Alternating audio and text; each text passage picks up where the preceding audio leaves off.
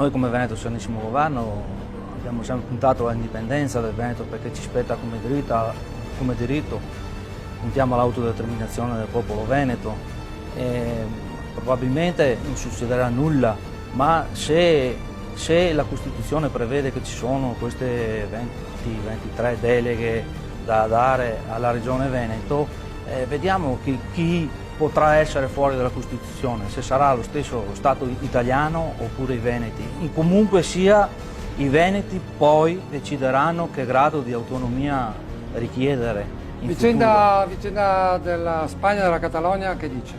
La vicenda della Spagna e della Catalogna è positiva nel senso che il popolo si è espresso e per noi il popolo è sempre sovrano. Unico punto pecca, diciamo così, è che non hanno preparato un piano economico di uscita dalla Spagna, mentre noi come Veneto Serenissimo Governo abbiamo preparato anche un piano economico qualora il Veneto diventasse indipendente.